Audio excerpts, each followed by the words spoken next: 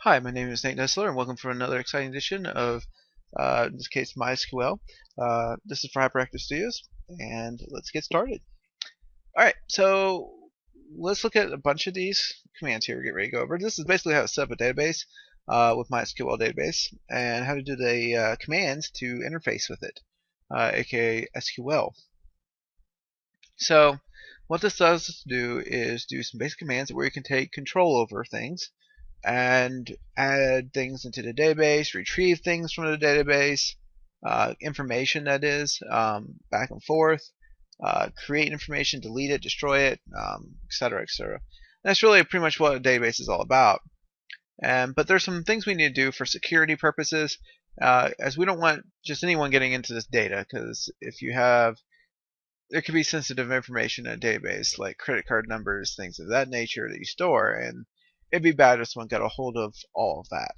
So there's definitely some things you can do to help prevent that, and we're going to go over some of that, along with how to set up, do some of these commands just for getting in and accessing different aspects of MySQL. I'm not going to cover everything in MySQL in this one video. There's quite a bit actually in MySQL.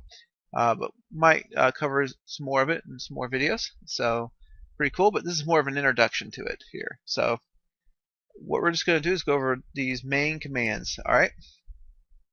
Okay. So one of the things you want to do is, now we've already installed it because that was done in a previous video when we set up, did our whole installation of our system. I went over all that install stuff already, so I'm not going back over that again. So I just went ahead and enlarged the terminal and another desktop here. And you do need to be running Linux to do this. I mean, you can do it in Windows, but run Linux. Oh my gosh, just run Linux. It's yeah, it's better set up for it. Anyways, MySQL. You could also run it on the Mac too. If I do, so in order to log into MySQL from the client, this would be the client machine right here with their terminal. And I generally do this through terminal. I know some people like to use a GUI and all that stuff, but since you're going to be coding with this stuff all the time, it's kind of a good idea just to learn commands, period. It's the same stuff you do when you code it. So doing it from the terminal is no big deal. You just kind of, it's the same stuff you do all the time. Matter of fact, if you're coding with this stuff, it'll help you remember the commands a lot easier if you type them in a lot. So there's some positive benefits to that. -u is going to be the username here. In this case, we're going to start with root. Okay, and then -p, and then -b. B gets rid of the beeps. So very cool because I hate hearing the beeps. Alright, so with that, go ahead and put in your password that you set up when you first installed. If you don't remember what that is, you can't get in. You'll have to reinstall. There's no way around it. Yeah, you're locked out. So that sucks. So yeah. If I type in show databases, I can see the database is already there. And it does automatically set up some databases for you just so you have something to work with or just test. Give you an idea of what you can do with this stuff or everything. You can of course delete all these. It's no problem. I'll go over that in a bit, but first things first, I just want to go and show you how to create a database. So let's create a database. So let's call it something like let's call it users. How about that? So let's go and call it users. I'm going to say create database. And some people like to do all their stuff all caps in here. I like to do mine all lowercase. That's personal preference. Alright, and so when I do this, I get back query OK, comma 1, row affected 0.00 seconds. That's how fast it executed. Database MySQL is really, really fast actually. It's a very good database. It goes to tier level 3, which is like the highest you can go. It's got a lot of bells and whistles that you would need in a major database system. And so it's probably one of the most popular databases out there because it's free, but it has a lot of the bells and whistles of your bigger major database systems. Not everything, but a lot. Let's put it that way. Usually a lot more than what most people need too, for that matter. So it's very, very powerful, and it's really, really good. So a lot of people just use it for almost everything that they do for database stuff. So but if you do need the extra power and whatnot, then check out Oracle and DB2. Those are really, really good databases. So they're the best, actually. Okay. So with that said, let's just go ahead. Now that we have this database created, we can go ahead and say use, not user, but use. And we can use the database users like that. And you don't have to use semicolon, but I do. At the end of that, it's whatever. Rest of them ones you do, but on the case of use, you don't actually have to have a semicolon afterwards. And at this point, we actually are inside the database. We're using this database. If I say show tables, though, since we just created this database, there's going to be nothing there, and it's empty set. Now, I want to go over some of these commands and some of the stuff and break it down, and I'm going to show you how to write this stuff into a script to make your life easier. Why? Because, well, in script you can double check yourself. In this terminal here, when you write a command, it just does it. And if you do it wrong, it just does it wrong. And there's no undo on this thing. So once you issue a command, it's issued. That's it. You got to make sure you do it right. So it's very, very important. So we're going to go here to the text editor, and we're going to look at having some of these commands created ahead of time. So that way we're not trying to figure out, did we make a typo? We're going to make sure we type it in correctly ahead of time. That's what I've done here. I don't want to make mistakes. So you're going to have to excuse me, but I've kind of typed everything in ahead of time. Although I do like to make my stuff lowercase here. So yeah, something like that.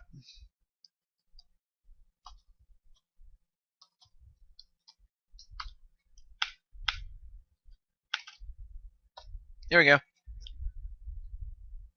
Awesome, awesome. Notice that my mysql commands.sql file here ends in a .sql. This is actually really important. It does need to end in a .sql. Several things. Ged's going to colorize it for us, but also this can be recognized by MySQL, and we can actually use a command called source, and it'll do everything in this file. So this is really, really great, especially when you're doing with create tables here. Trying to type out these multi-line type setups. It really, quite frankly, sucks to try to type this in the actual command line terminal. Not only can you worry about typos, but it's just harder to type it in than it is to type it into a file like this. It's actually a lot easier because then you can format it, and it's a lot better. It's a whole lot better. So I just tend to put my stuff into a file and then source it now. Okay, so first off, I'm going to create a new user. So we got create user here. And then you put the user's name. In this case, I said Nate because that's me. And I put single quotes around each side of it. And then I put the @ symbol in between, and then single quotes. And then localhost points to ourself. It's the same thing as loopback, which would be 127.0.0.1. But if you're talking for IPv4, if you're talking about IPv6, it's : :1. But same thing. This every operating system has this, and it points back to yourself. So kind of important to know that. Actually, technically, every operation you do on a computer where you're dragging and drop, copying files and moving files is actually a network operation. And it networks with localhost, which is yourself, so it points back to yourself. And that's how you're able to move a file from one place on your computer to another place. And that's true on all the operating systems, but I'm not getting into that any deeper than that. Anyways, that's enough information on that. Identified by, and then this is going to be the password. So I just call it password in here. So I literally am going to type password for the password for Nate. But very cool. And in this case, we're saying what the user is on what system, on what computer, and what their password is, and semicolon. So that lets me create the user. So you do have to have a user before you can grant privileges for a user. So it's very, very important to have that. All right. Then we're going to say grant all, in this case, all privileges. Now we could grant only certain privileges. Let me give you an example of this. Over here, we can say grant, select, insert, update, delete, index, alter, create, drop. That would be a list of different ones we could do. You could also revoke them from particular users here. So you could say, I don't want this person to have alter, create, drop, delete capabilities.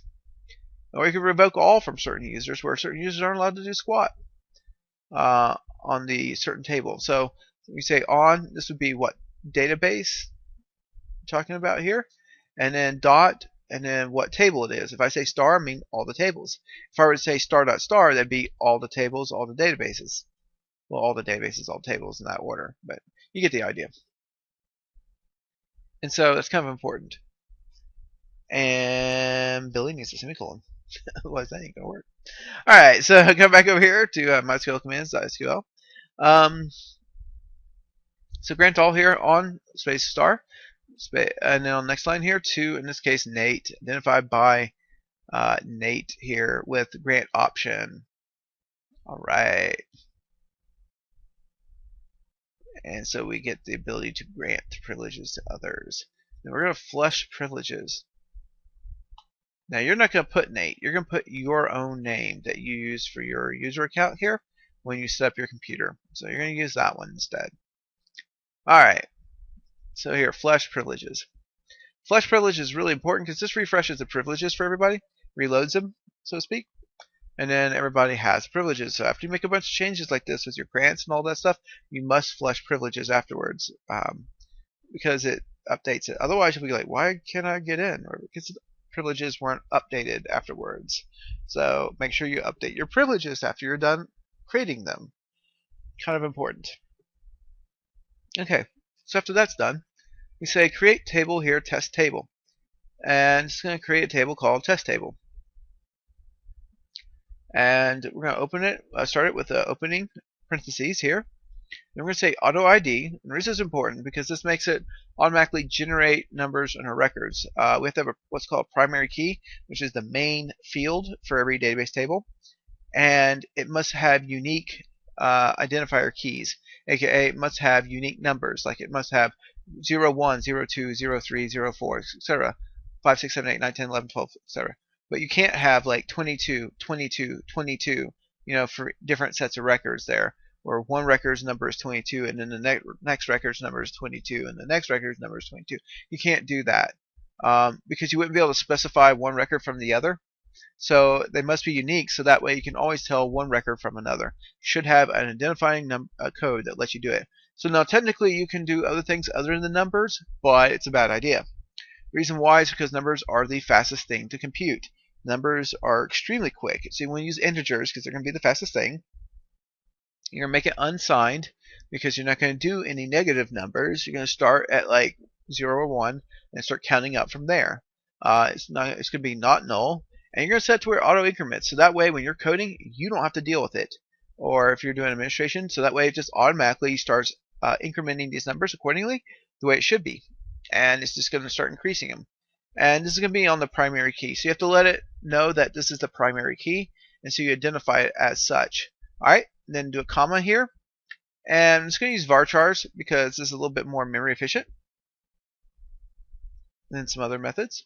But if I say varchar here for name, varchar 100, this sets that the upper limit of this, what could be put in there for a name is 100 characters.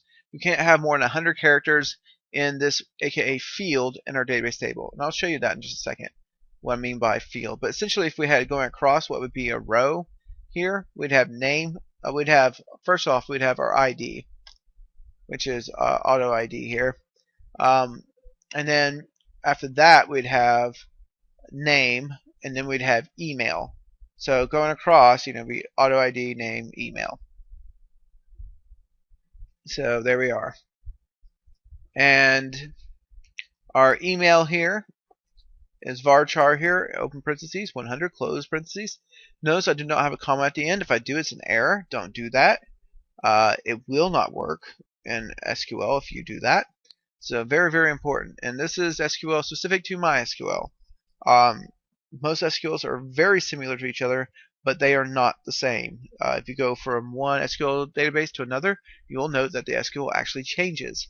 And so it is not a universal unified language where everything has the exact same syntax. That is not the case. It's very much like each other, but not the same.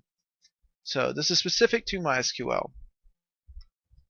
Anyways, there's our varchar here, and it's 100 for our email field there. And then we're going to close it with a closing parentheses. We're going to put semicolon at the end because this is really technically all one line command. But it's nice to be able to type this over multiple lines because it's easy to read when you do that. Alright, I'm going to do a more advanced one here. I'm going to say create table, PHP session here, open parentheses, why PHP session? Because if I want to do session database instead of doing it in a file, this is how I do it. I have to create a special table just for it. In which case I'm going to store the session ID.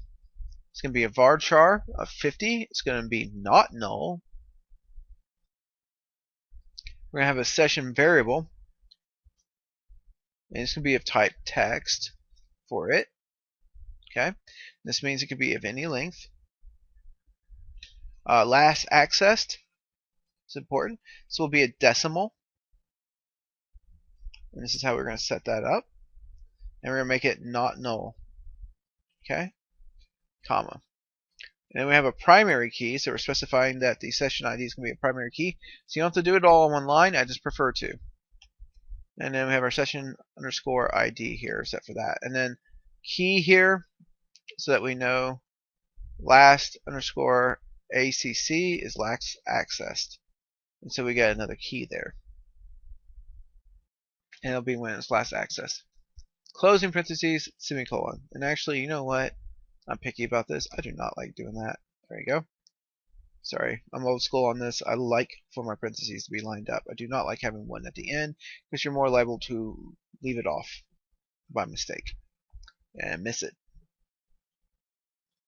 Okay, so select star from table. This is going to select all the records from a database table, and we're actually going to go back and do these. So if you're like going, I can't remember this, don't worry. We'll do this interactively so you get a better idea of it. But select star from test table here where name equals and single quote student, close single quotes, semicolon. And this is going to select it only where the name is equal to student.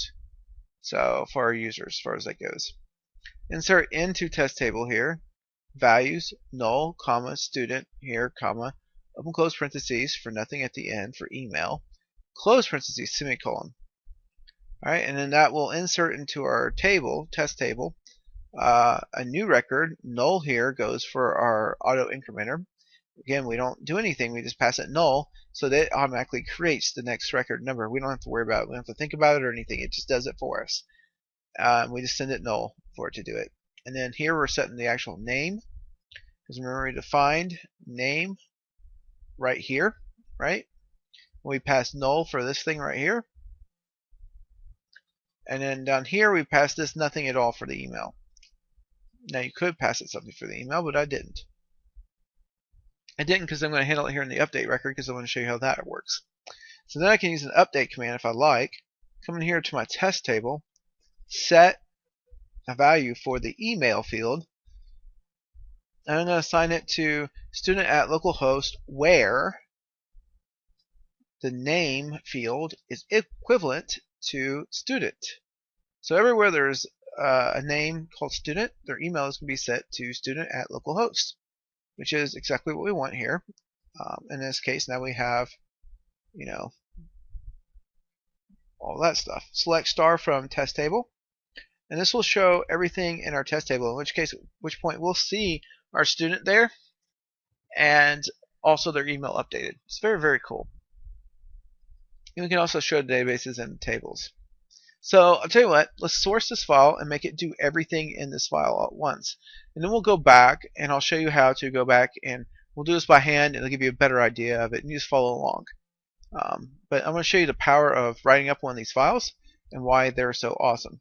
Okay, so if I say source space, now, no, I'm already, okay, hold on a second. Starting to think about it. First off, you need to be where that file is, okay? So if I'm in here, ls, I just say quit to get out of mysql. Now cd into, in this case, my scripts is where I have my file. So wherever you save that file at. And mine's going to be called commands.sql.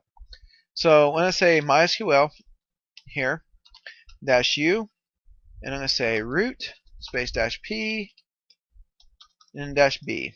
Alright. Put in my password. And I'm in. Alright, cool. Show databases. Make sure I still have it there. Yep, I do. Alright, use users. And I'll just prove the fact you don't have to put a semicolon there. Oh, I said users. That's why I was like, what? Oh, okay, yeah. No semicolon required for that command. Just to prove it. Alright. And just to prove it, there's no tables in this database right now. It is totally empty, but soon there will be. Source. Alright. MySQL. Commands.sql. Boom. Done. Alright. You might be going, you gotta be kidding me. Nope, it's done. That was it. Check it out. We now have a record in here. It's going to be one record. Name is student. Email student at localhost. Also created a table, test table, and PHP session.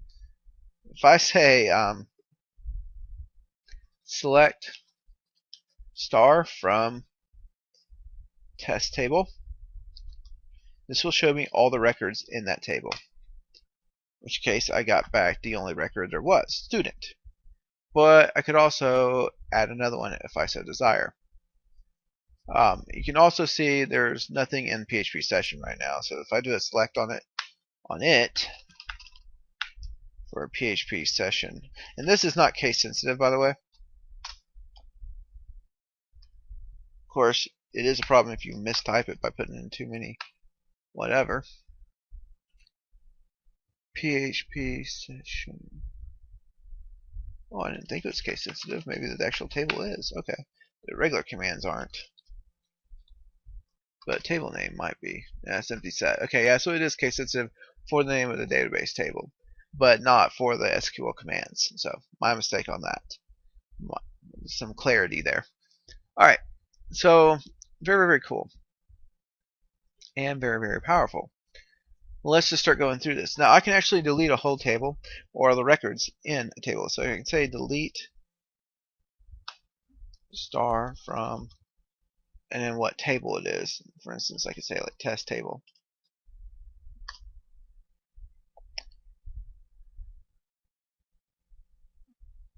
Did I mistype it? Probably did. Yep. Alright, let me show you. Here we got lots of commands here. We have drop tabling. We can drop them. We can delete. This star I keep thinking from SQL. For select, I mean, sorry. Yeah, so I don't have to say star there. Just say that right there. Works fine. Alright, so now if I do my select here, and you can use the up arrows like before. It works fine. Empty set, nothing at all. Alright, so there's an example of that. We can also turn around and drop a table too. So if I say drop, and I can say table, test. Actually, I don't think I think I do. Yeah, I do have to say it. So test table. Like that. And I can also drop PHP session, and it just won't exist afterwards. Alright, and now if I say show tables, nothing at all. Alright, cool. But say we want to create those tables again. Well, we can come back in here, and I'm just going to copy and paste again because I'm not typing that up. And bada bing, there it is. Do that. See, otherwise I'd have to hand type it like that. I don't want to do that. Now I have a test table. Prove it. Now there's my test table. If I want to recreate my PHP session table, just Control C to copy that. Come back in here and Control Shift and V to paste it. And there it is. Show tables, and I have PHP session and test table. They're both there. Very cool, and they now exist. But, you know, since we dropped those tables, test table has no contents in it. So if I say test table like this, star from test table, sorry.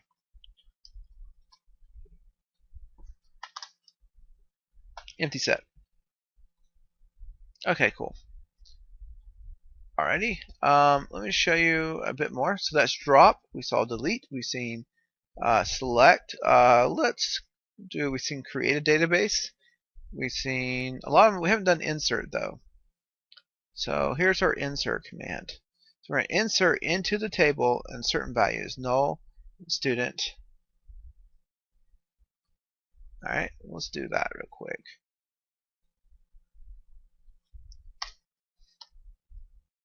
So we're saying insert into a particular table, in this case test table, and we want to put the values for a particular record to be null, student, and blank. And that goes to match up with the different values in our table. So if I were to do that select statement again on the table, check it out. The first one here is null matches our auto ID. So when we pass it null, I'm going to have to figure out, hey, this is the first time a record is being put in, so it's going to start with 1. Right? In case of name, I said, oh, make that student, right? So check it out. Name now is student in our fields right here. And see how we're just kind of corresponding with the data, matching the fields. And then for email, I want it to be blank. I want nothing at all in here. And so I got a blank email. But I probably want to do an update. Alright? So I'm going to do this one here. I'll explain it. Second. Cool. Alright. Run this here, and we can see the update. Alright. I want to prove that it works and then step you through it. We're going to use the command update. We're going to tell it what table we're going to update, and then we're going to set a particular field of that table. In this case, we said email. So we're going to set the email field.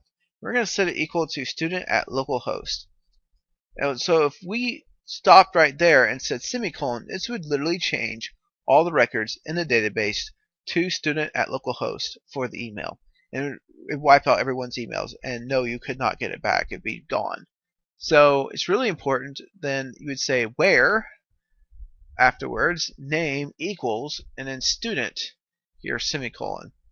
So that way you're only targeting the name where student matches it, so that you assign and update that one particular value. Now you might be going, well, wait a minute, what if the name is the same name in a couple different records? Wouldn't that change the email on all those different records to student at localhost? And your answer is yes, it would. It absolutely would. You might go, well, how am I going to target just a particular record? That's why we did our auto ID earlier. So it's a unique field, and that's why our record here is called auto ID. So that way we knew. Some people will refer to it as just ID, and so instead of calling it auto ID, they call it ID for the record name. But I call mine auto ID, so I know that this is an auto incrementing ID.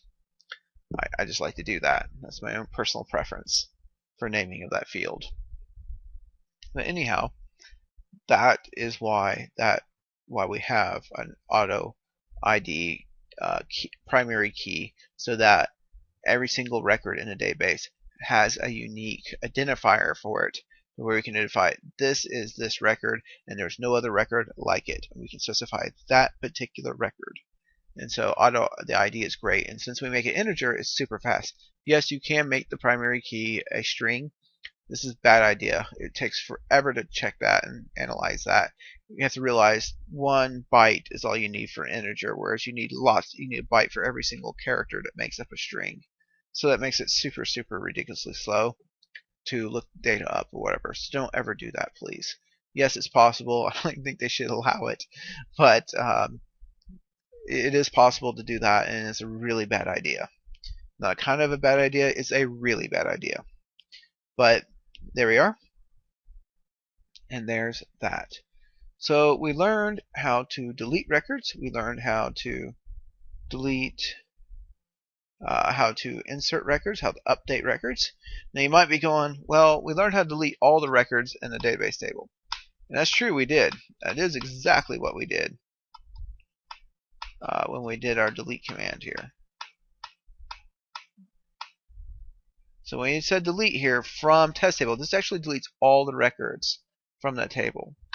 But if I were to say where here instead, for instance, name equals, in quotes, student, this would only delete the record that involves student.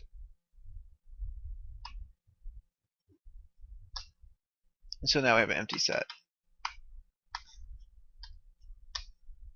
Okay, I'll get it back real quick. Bam, now we got it again.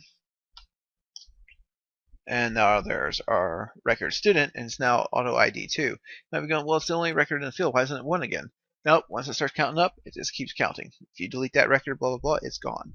And so you get a gap in the records for the numbers. So numbers aren't necessarily always consecutive. Pow, pow, pow, pow. It starts counting up for the next number thereafter. It doesn't fill in between. So FYI, that is the case. Alright, so that goes over how to create database tables, how to create databases, how to create user permissions, how to deny users, how to create users, how to flush them. Oh yeah, let me show you how. Now that we actually did that whole create the user and grant them privileges and everything, this is really cool. Now I can quit, for instance, here. And check this out. When I say mysql, let's say -u, I don't have to say root. Don't want to do root because root has command over everything. You want to only have the person having privileges for that particular database and nothing more. Why? Because it's more secure to do that. Alright, and then now it's going to be the password for Nate and not for root. It's a totally different password, matter of fact. And so now I am allowed to, I can say show databases. And I don't have access to everything.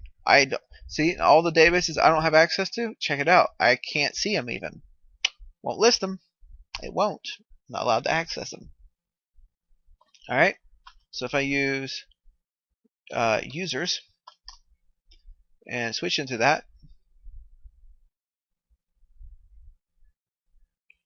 all right, and I'm now in that database, and I can now show the tables.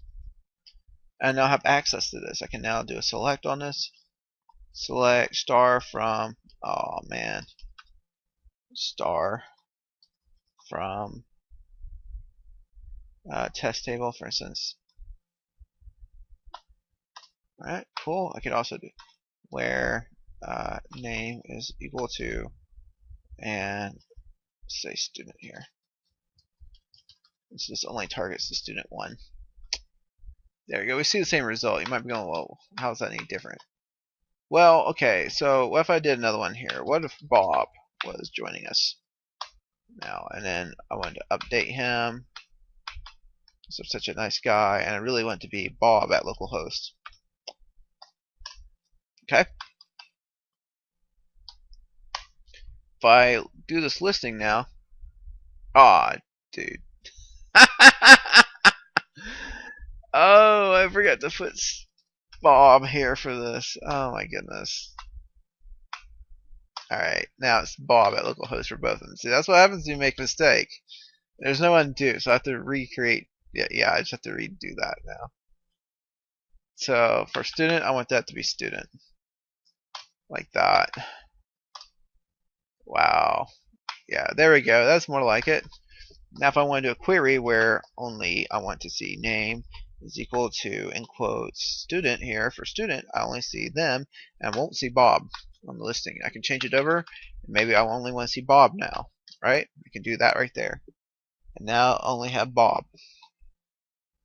So, very, very cool. Lets me interactively switch back and forth and everything on this stuff, and let's do all these different commands and everything as far as that goes. So this is base core, basically how you go about setting up and creating a database, how you insert and add information into it. I'll go over another video later on here for how to do more with MySQL, but this right here will get your feet wet. This will get you set up with the proper security, everything on it, and get you going. One other thing I want to talk about though real quick, and I think I threw it over in my commands down here. Okay. Now, if you're doing a root password, maybe you're not dealing with, it starts out blank, okay?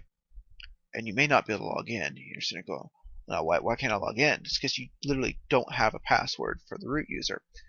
In order to set that password up, you have to run mysql _secure _installation. Now, on the case of Ubuntu, this did it up front when we did installation. Now, on some other installations and some other Linux distributions, that's not the case. And so you will literally have to come in here and set this up yourself by hand. And it's actually kind of, I found it really difficult to find this in the documentation back when I first had to do this. And this is the magical command that you need to know.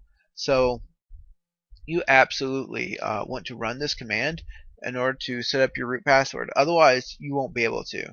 And then afterwards, of course, you can just do the regular login that we've been doing. Here's another example here for the -h right here, and then you can specify a different server. So say you're on your MySQL servers on a totally different computer elsewhere, you will use the -h option, the -h option, and the name of the computer. This could be the IP address. This could be like www.example.com, for instance, whatever you want as far as that goes. And that will let you basically set up to log in on a whole nother computer completely way off elsewhere, um, and get into the database structure. So, of course, if you're a smart network admin, you're going to lock down the IP address only to certain computers being allowed to even log in, period. And so this prevents external attack when you do that with maybe like TCP wrappers or something like that with host.allow and host.deny, something of that nature. And it's a good way of locking it down. One of the ways of locking it down. There's several, and I recommend you use more than one. But yeah, so that's one way of securing it more. Okay, and earlier we learned about how to encrypt stuff with SHA-1 and MD5, etc. And then we could just pass that data into the database here, store it for the password, and it'd be stored as encrypted inside the database. And in our code, we just take a regular password and convert it to being encrypted and do the comparison check. So if the two match, we're good to go. Okay, but with that covers how we can set up doing some database development here with this. And I think I pretty much went over how to do this whole thing. We're revoking certain privileges where these particular people are not allowed to do anything on this particular database for all these tables, right? If I want to do it for all tables everywhere, period, I wouldn't say users here.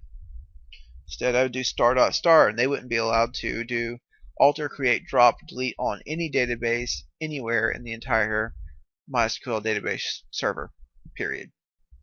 So that's how you do that.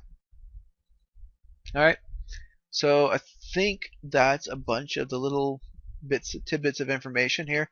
And I guess in another video we'll do in MySQL, we'll go over more of the different data types, how to do alter tables, joins, things of that nature. Maybe how to back up the database tables. I don't know. We'll see. There's some more stuff you can do with it. There's also stored procedures. You know, there's stuff like that we could throw in there for another video. But for the most part, this covers the majority of SQL. And yeah, feel free to go through this video several times. You might have to, because I kind of went a little fast. I felt like it. But there's the information, and that will get you set up. Cool. Awesome. Well, my name is Nate Nestler, and this is for Hyperactive Studios. Have a nice night.